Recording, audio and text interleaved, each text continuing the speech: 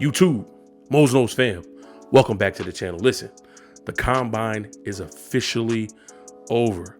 We had some players that did well. We had some players that didn't do so well. We had some players that didn't participate. Doesn't matter. It's post-combine time, and we are bringing you our mock draft 2.0 after the combine. We're not going to waste no time. Let's jump right into it. All right, so we're using PFF today. We are going to click all. We want all teams to have a first round pick. We don't want 2 rounds. We just want 1. Fast, none of that matters. Let's enter the draft. Okay.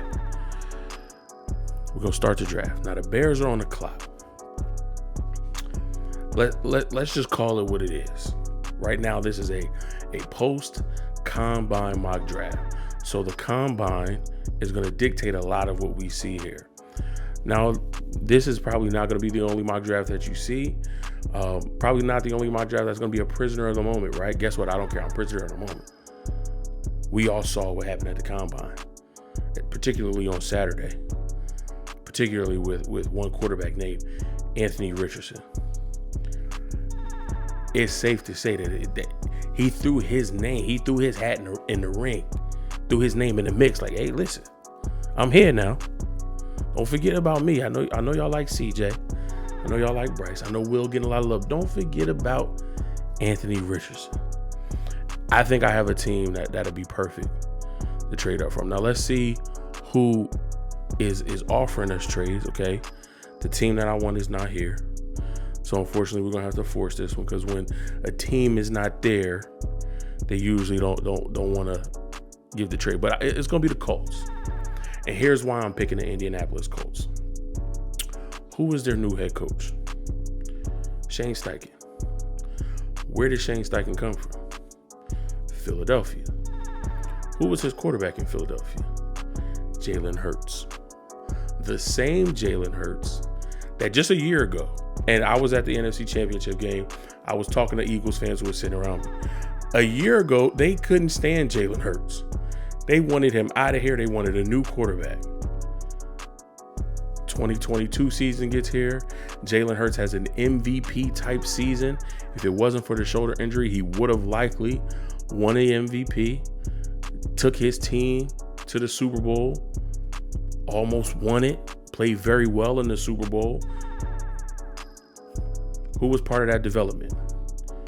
Offensive coordinator Shane Steichen. So my thought process, he already has familiarity with a player of this type. Now you give him Anthony Richardson, who's bigger, stronger, faster. You know, you may not see the dividends pay off year 1, but we didn't see the dividends pay off year 1 with Jalen Hurts. We didn't see it year 2, but all of a sudden you get to 2022, and now Jalen Hurts is an MVP candidate, about to get the bag. But I think Shane Steichen is the perfect head coach to try and develop Anthony Richardson into a premier starting quarterback in the league. So we're going to make this trade happen. So now we're on the clock at number 1. We're going to draft a player, and we're going to go Anthony Richardson, number 1 overall, to the Colts. Easy breezy. Houston Texans on the clock at 2. In the first video, a Texans fan came and said, hate to break it to you, Mose, but Texans fans like Bryce Young. I said it's a little presumptuous to speak for all Texans fans. I'm sure there are Houston Texans fans that are also fans of Ohio State, and they love CJ Stroud. I'm sure there are Houston Texans fans who are not fans of Ohio State, who watched the combine and saw the highlights, and then they fell in love with CJ Stroud. CJ Stroud was absolutely phenomenal at the combine, particularly in the on-field passing drills. He showed great timing and anticipation, great touch, great ball placement. He has it. It's there. The kid's got it. I'm not backing off that pick. I'm going CJ Stroud to the Texans at 2. I'm sorry. Now, we have the Arizona Cardinals on the clock at number 3. They could trade out, but I think they stay right where they are. They also have a new head coach, defensive coordinator from the Philadelphia Eagles, Jonathan Gannon. I think he sticks with his side of the ball, his expertise. They go defense. Give me Will Anderson Jr. from Alabama to the Cardinals at 3. Now the Bears are on the clock here at 4. Now the Bears could stay here, but I think the Bears want to add just a little bit more capital. I'm gonna go to this trade box and I'm gonna see if there's a team that's willing to trade up. I see the Raiders, but that's not the team that I'm going for. I'm going with the Carolina Panthers here. And I think the Panthers want to give them 9 for 4. We'll add 1 next year. And we will give them back a 3rd next year. And then we'll throw in a 3rd for 25. It says 68% chance. I feel like that's not enough. I mean, if we go to take a look at the draft value chart. Oh, well, that's not that big of a difference. I mean, pick 4 is worth $1,800. Pick 9 is worth $1,350. So we got about $550 that we need to replace. So we may not need to give them a 1 next year. What's 39 worth? 510. Now, as you see, the Panthers only have 9, 39, 61, 93, 114, 132, and 130 and 147 in 2023. So giving up a 1st and a 2nd, but you're getting your quarterback of the future, because we're trading up for a quarterback. We're not trading up for anything else but that. Let's do 9, let's do 61, and let's do a 2nd. That's got 87%. 147 is in the 5th round. Could we squeeze giving up a 5th? We may not need to. Let's offer this trade and see if they accept it. They accept it. So we give up number 9 overall for 4, a 2nd round pick in 2024, and then the 2nd round pick number 61. Panthers keep 39 and give up 61. That gets the trade done. Oh, no, we don't want to trade again. Sorry, we want to draft a player. So the Panthers trade up, because let's take a look at what Seattle did. Seattle gave Geno Smith an extension, 3 years, $105 million. You're thinking, oh, they give him that money. They're not in the market for a quarterback. He is older in age. 3 years, $105 million. That's about an average of $35 million a year. That's about, technically, that's a bargain for a starting quarterback in the league. Now, Geno Smith isn't a Josh Allen or a Joe Burrow or a Patrick Mahomes. He's not one of those guys. Jalen Hurts is going to get probably upwards of $50 million a year. Lamar Jackson, 50, 55, maybe $60 million a year when he finally signs his contract. So when you talk about getting a starting quarterback for $35 million a year, that's still on the budget-friendly end.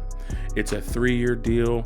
Likely that 3rd year is there's contractual outs. So, after 2 years with Geno Smith being at the quarterback position, they have an out in that 3rd year. And if you think you draft a young quarterback, give him a year or 2 to develop, sit behind Geno Smith, it's possible that they could sign Geno Smith, have that security, then draft Bryce Young at 5.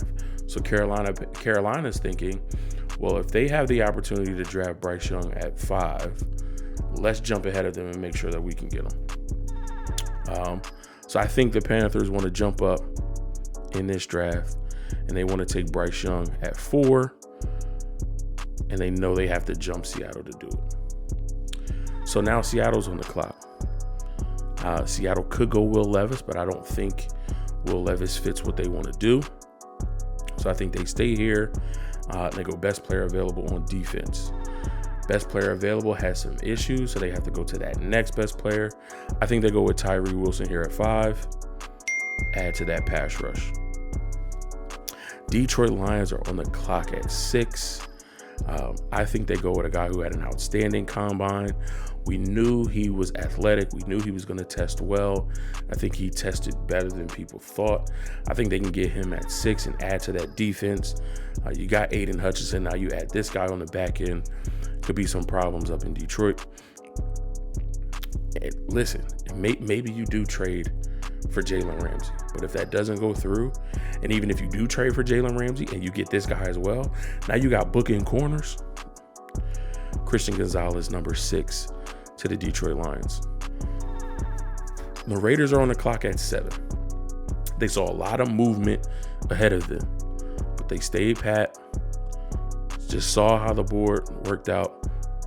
And I think in this instance, the board worked out in their favor, right? Their quarterback is on the board. They go get him. Will Levis from Kentucky at 7 to the Las Vegas Raiders. Falcons on the clock at 8. Again, call me a prisoner at the moment. Again, this is a post-combine mock draft. I feel like a lot of people are going to have fallen in love with this guy. One, because he comes from a championship program. He has the championship pedigree. 2, his motor is nonstop. We know he's a leader. We know he rallies the team behind him, and he put up tremendous numbers at the combine. I think Atlanta finds a way to fit him into their defensive scheme. I think Atlanta goes Nolan Smith, number 8. And now we have the Bears on the clock. We have the Bears on the clock at 9. They could move back, but I don't think they're going to move back anymore. I think they're going to stay in the top 10. And I think with all of the picks that they acquired, they have a lot of flexibility and mobility at this pick right now. And I think they go at a spot that can really, really help them. I think they try to shore up that offensive line to help protect Justin Fields. I think they go Paris Johnson Jr., offensive tackle from Ohio State, at 9. When I was doing this and I was putting my thoughts together just to make sure that this video wasn't an hour and a half, this upset me. Because y'all know how I feel about Philly. But I think if this happened, this would be outstanding. And the rich get richer. Jalen Carter is still on the clock. Now, we've seen other players in the past who've had issues happen prior to the combine or during the combine, or right before the draft, and their draft stock plummeted. You think of Reuben Foster, who got sent home from the combine for arguing with the medical staff and confronting them and intimidating them.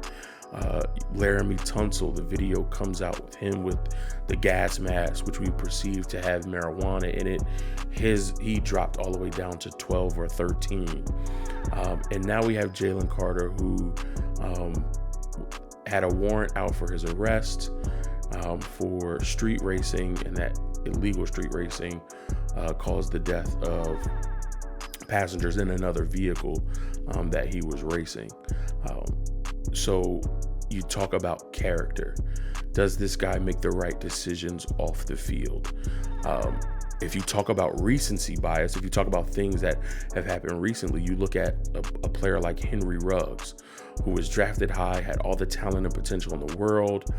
One night, one bad decision driving his car caused an accident that killed a passenger of another vehicle.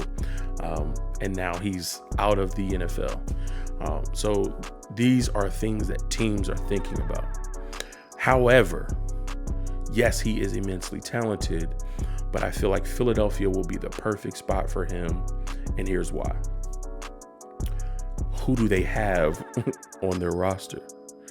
They drafted 2 of his teammates from last year, Jordan Davis and Nakobe Dean. So he's coming into a situation where he has 2 teammates who we know have high character, 2 teammates that we know would have his best interest at heart and help him, keep his head on the right path and keep him focused. So he has peers within the organization that can, make sure he's doing the right thing. And then you look at what this defense specializes in, setting an NFL record for most sacks by a team. You possibly could be losing,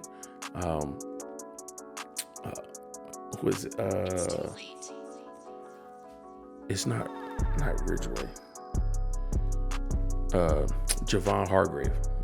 Hassan Ridgeway is with us. You could possibly be losing Javon Hargrave. You could possibly be losing Fletcher Cox, either to cap issues or he might retire. You probably won't bring back Ndamukong Suh. You probably won't bring back, who's the other defensive tackle they signed? Probably won't bring him back either. So, you got one guy who's probably going to command a lot of money on the free agent market. You have three other guys who are older, who you may not bring back, who may retire. So you want to replenish that position to continue to be able to affect the quarterback in the way that they have. I think this is a perfect landing spot for what Philly does, and for the fact that he has former teammates from Georgia, former brothers that he played with that can help keep him accountable. If this happens, oh my goodness, Jalen Carter at 10 to the Philadelphia Eagles, that'll be absolutely insane. Tennessee Titans on the clock. Yep. Tennessee Titans on the clock. They're in need of a tackle. We're no longer bringing back Taylor Lewan. He's already been released. So I think they go tackle here. And I think one Georgia player is off the board. I think another Georgia player comes off the board. I think Tennessee goes Broderick Jones, tackle from Georgia, at 11. Houston is on the clock. Now, I thought about moving Houston again. I thought about maybe taking the Commanders pick and trading up from 16 to 12 because Washington may be looking at an offensive lineman that the Jets are also looking at. But I think the Texans are going to stand pat. Now, last time, again, I took a wide receiver. Texans fan wasn't happy about that. I still think they need wide receiver. I think some of the first round potential wide receivers can fall into the second round. They'll go early second round, but I think some can fall into the second round. We saw it in 2019 where Deebo Samuel, A.J. Brown, DK Metcalf all fell into the second round. Terry McLaurin fell into the third round. And all of those guys are Pro Bowl players, have gotten their second contracts and, secured the bag. So it's possible that a top tier wide receiver can fall into the early second round. With as deep as this defensive class is very possible. But I'm going to go a little bit different this one. I kept my CJ Stroud pick, but I'll acquiesce here. But it's because also of how the board fell.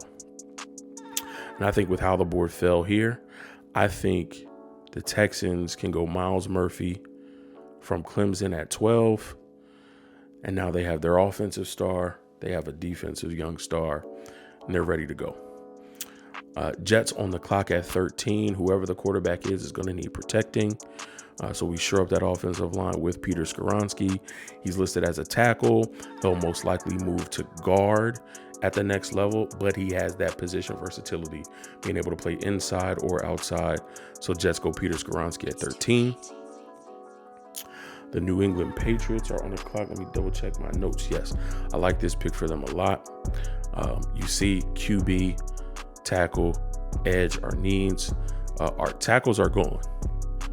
Paris Johnson, Broderick Jones, Peter Skoronski, they're all gone. Could we have traded up with the Patriots? Sure. But the Patriots usually like to trade back. They don't like to trade up. So this could be a prime spot for them to trade back. But I think, an edge rusher is on the board here that I think they'll probably fall in love with. And I'm going Lucas Van Ness from Iowa at 14 to the Patriots. All right, moving right along.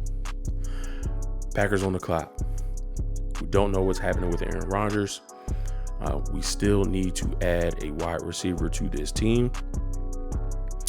Yes, Christian Watson had a great second half of the season, but we did see how he struggled in the first half of the season.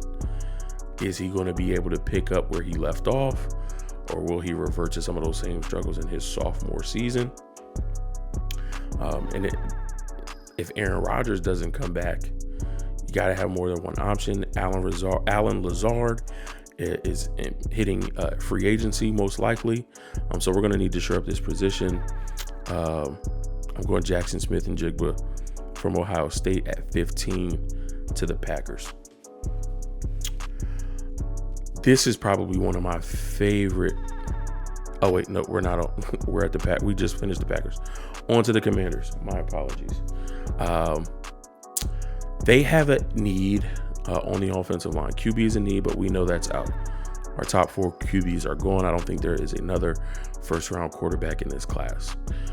Needs along the offensive line. Guard and center is what's listed here. I also think they could use tackle as well. Both of their tackles, Charles Leno and the other guy. Let me get his name because I don't want to just call him the other guy. Let me see. It's a lot of names to remember, guys. Just bear with me. Cornelius Lucas. I wasn't going to remember that. And I don't think anybody who is not a Commanders fan would have remembered that. Charles Leno and Cornelius Lucas are both 31. Yes, they drafted Sam Cosmi, but Sam Cosmi hasn't been able to get on the field. Trey Turner's in free agency. Andrew Norwell's like 33. Yeah, they drafted Chris Paul, but he's a 7th round pick. He's still developing. There are needs all across this offensive line. And if Sam Howell is the projected starting quarterback, got to be able to protect him. So I am going on the offensive line. I'm actually going to go tackle instead of guard or center. And I'm going Anton Harrison, tackle from Oklahoma at 16. Now we get to my favorite pick. So far, we've only had one cornerback go off the board, and that's Christian Gonzalez to the Lions. I think the next quarterback off the board would be a fairy tale story.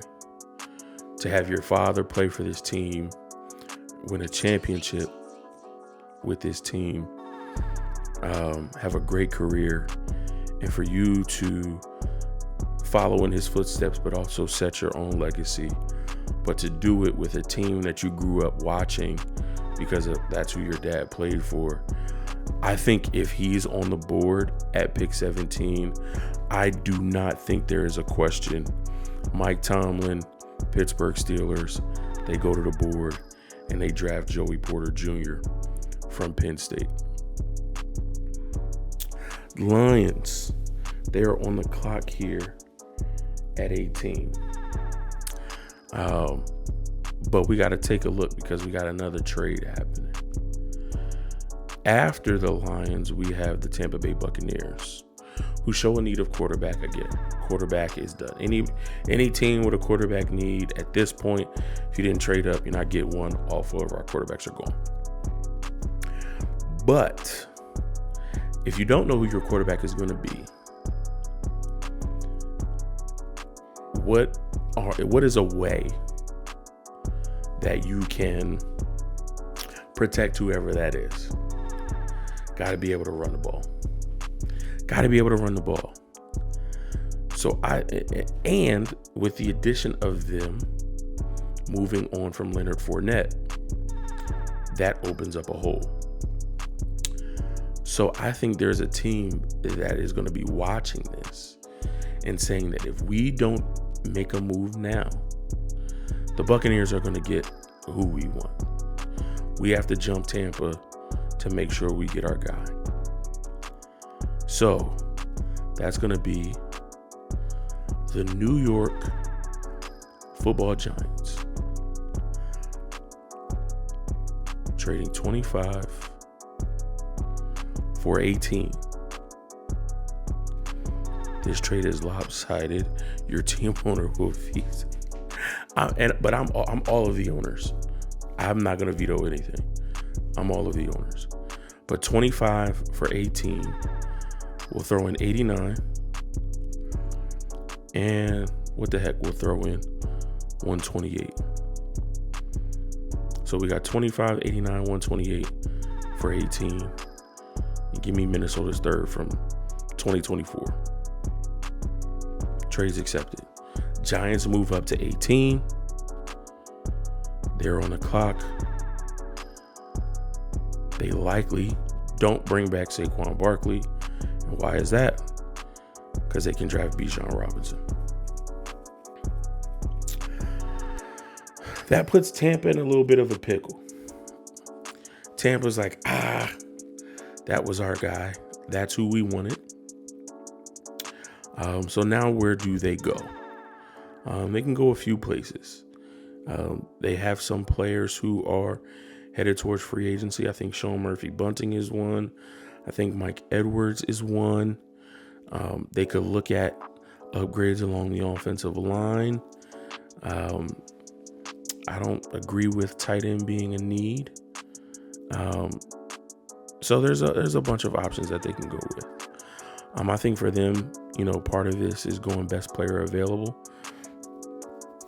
They could go Devin Witherspoon, but I'm going to give them safety Brian Branch from Alabama. He worked out as a corner. He ran a 4.5, which kind of solidified him being a safety. But he's the best safety in the class. We know he's coming from a safety factory. Minka Fitzpatrick, Clinton Dix. I'm blanking on his name. I was just thinking about him too.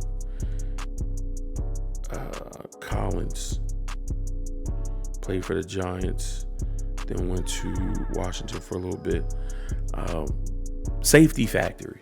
We know defensive backs coming from Alabama are very, very smart. So I think he fits well with what Todd Bowles wants to do defensively in Tampa. 20 Seahawks on the clock. I liked my first draft for this team. Gave them Bryce Young at 5. Gave them Nolan Smith at 20. I think that was a really, really solid draft. I think them getting Tyree Wilson is still good, and I still think, they can have a good pick here. Is it as splashy or as sexy as, mock draft 1.0? Not really, but it's about making the team better. Obviously a need here, guard center. I think they attack that need. Interior O-line, best guard on the board, Osiris Torrance. So they build up and fortify themselves in the trenches, getting a Tyree Wilson on defense, getting Osiris Torrance on offense. Great first round for the Seahawks. I'm being too nice for my division rival, but I have to be objective. I have to be.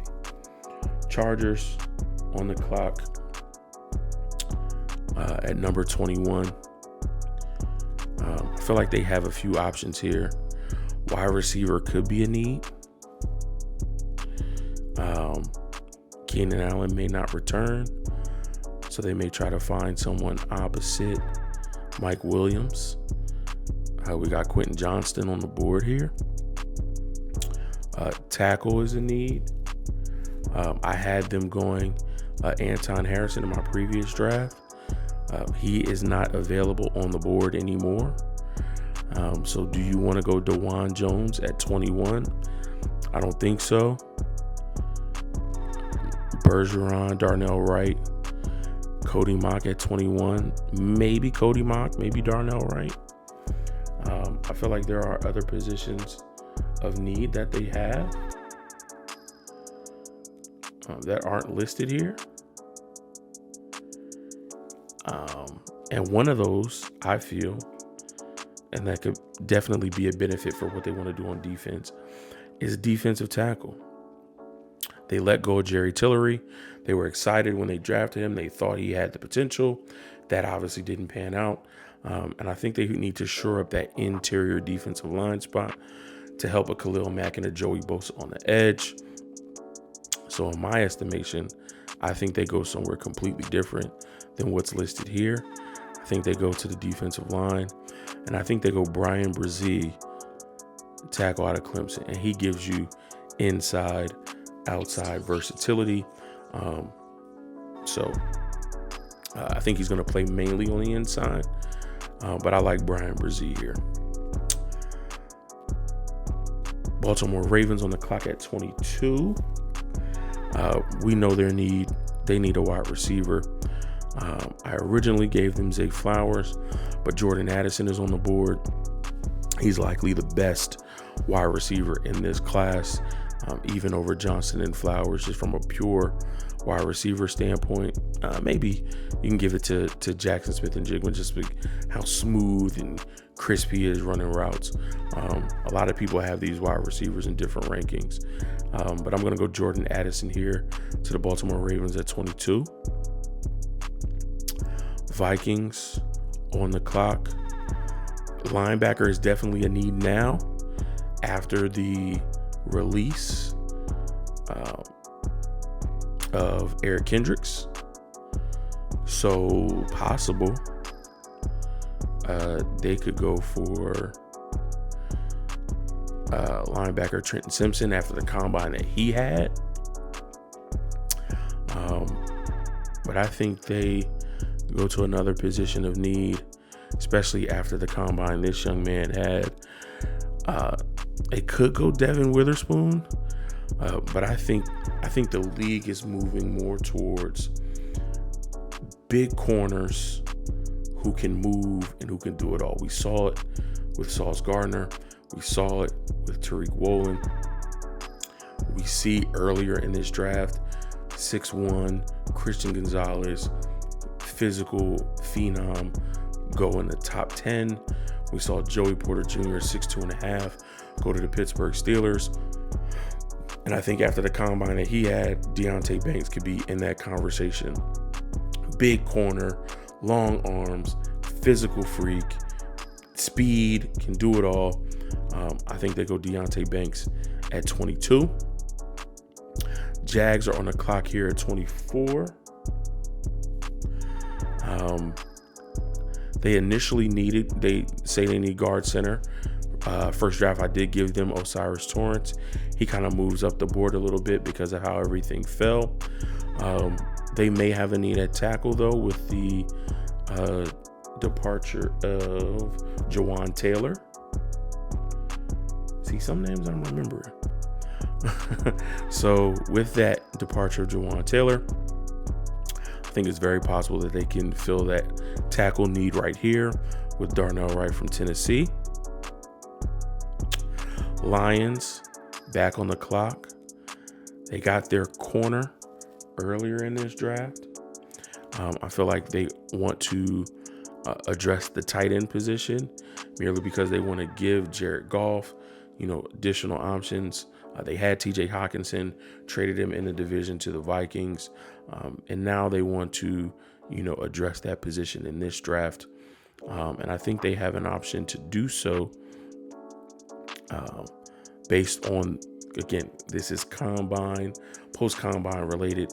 Dalton Kincaid did not participate in the combine because of a back fracture that he suffered during the season. Injuries always are a hot button topic during draft time. Those medical reviews are so important. And players with back injuries in particular, those are tough because back issues linger. It could take them a while to heal. They're easily aggravated. When you talk about your core being something that helps you sustain power and run fast, your back is a big part of that as well. So that's why Dalton Kincaid slides a little bit. And I feel like for what they want to do offensively, I think Luke Musgrave fits that bill. So I'm going Luke Musgrave at 25. Cowboys are on the clock. They see Luke Musgrave go off the clock. They also are in need of a tight end. This pick stays the same from 1.0. I think they go Darnell Washington, especially after that spectacular catch at the combine, that one-hand spin him around, twirl in the air. I think he grabbed a lot of attention with that one. He helps them in the run game. Big, massive tight end. I think they go Darnell Washington at 26. Buffalo Bills on the clock at 27. I believe they're going to allow Tremaine Edmonds to test free agency. I'm sure he'll command a nice contract from another team. So that allows the Bills to fill his void with another athletic specimen at linebacker. We're going Trenton Simpson at 27 to the Bills. Bengals are on the clock. I gave them Deonte Banks in 1.0 because they got to move on from Eli Apple. They have to move on from Eli Apple. I could give them another corner. I could give them Devin Witherspoon. Devin Witherspoon did not participate in the combine. That's why he's sliding a little bit. I still think they can shore up the offensive line. At 28, it's a solid option here for them to shore up that offensive line. And that's going to be Cody Mock, tackle out of North Dakota State at 28. 29, Saints are on the clock. They just signed Derek Carr. Derek Carr, Saints agreed to a contract. So now it's just continuing to make sure he has weapons. You could go wide receiver here. I think the Michael Thomas experiment is over. You definitely could go wide receiver here. But also, we still don't know what's going to be happening with Alvin Kamara and his legal troubles that he's dealing with this offseason.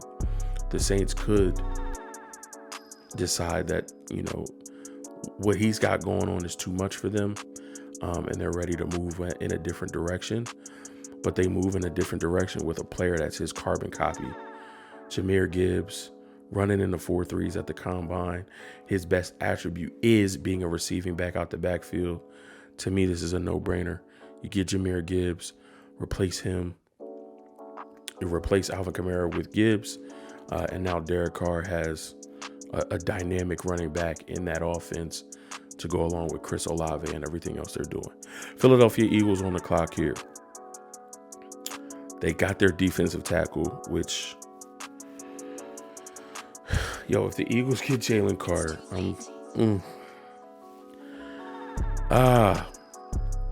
but I think the Eagles are becoming Georgia 2.0. Definitely becoming Georgia 2.0. Because I think they go get a corner. They're probably going to lose Bradbury in free agency. So I think they go get a corner. I think his draft stock is going to be on the rise because of what he was able to do at the combine. They go 2 Georgia boys last year. They go 2 Georgia boys this year. I'm going Keely Ringo at 30 to the Eagles. And the last pick of the first round, we got the Kansas City Chiefs at 31. Wide receiver and defensive line is on the books for them here. They could go Kalijah Clancy. I don't think they need interior. They're moving on from Frank Clark. So I think that's going to be something that's on the exterior. They're going to look for edge. I don't think there's anybody here that they would want to get at this point. They could also be losing Mecole Hardman to free agency and Juju Smith-Schuster to free agency. Obviously, Patty Mahomes proved that he doesn't need top flight wide receivers, but he still needs wide receivers to get the ball to and make things happen in space. I think Zay Flowers at this point to the Kansas City Chiefs is a no-brainer. He brings the speed, he brings the athleticism, he brings the dynamic ability with the ball in his hands after the catch. I think this is a solid pick for the Chiefs, and Zay is going to love playing for them. So that's going to do it. We're analyzing. We are analyzing. Come on.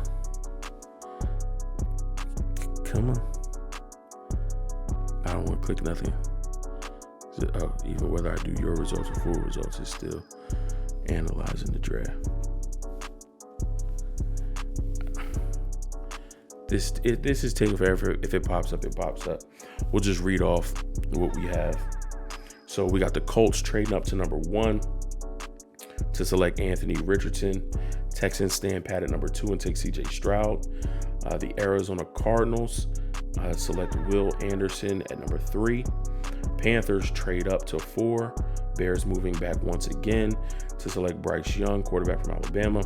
Seahawks then take Tyree Wilson, edge from Texas Tech. The Lions select Christian Gonzalez, corner from Oregon. The Raiders stay put, and they select quarterback Will Levis from Kentucky. The Falcons snag Nolan Smith, edge rusher from Georgia. The Bears go right back to that Georgia tree, and they snag tackle Broderick Jones at number 9. The Eagles somehow luck up and get Jalen Carter to fall in their laps at pick number 10. The Tennessee Titans shore up their offensive line by selecting Paris Johnson Jr. at number 11. The Texans add to their defense by getting Myles Murphy, edge rusher from Clemson. Jets shore up their offensive line with guard tackle Peter Skoronski. The Patriots take Lucas Van Ness at number 14. Packers stay home and they take wide receiver Jackson Smith and Jigba. The Commanders take tackle Anton Harrison from Oklahoma. The Steelers at 17 take Joey Porter Jr.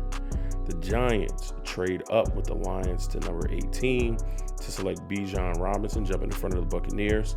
Buccaneers then take safety Brian Branch from Alabama. The Seahawks get Osiris Torrance, guard from Florida. The Chargers select defensive tackle Brian Brzee from Clemson. Ravens get a much-needed wide receiver in Jordan Addison from USC. The Vikings select Deontay Banks, corner from Maryland. The Jaguars get Darnell Wright, tackle from Tennessee. The Lions, in trading back with the Giants, move back to get tight end Luke Musgrave. Cowboys see that run on tight ends about to happen, and they jump in and take Darnell Washington, tight end from Georgia. The Bills get Trenton Simpson, linebacker from Clemson.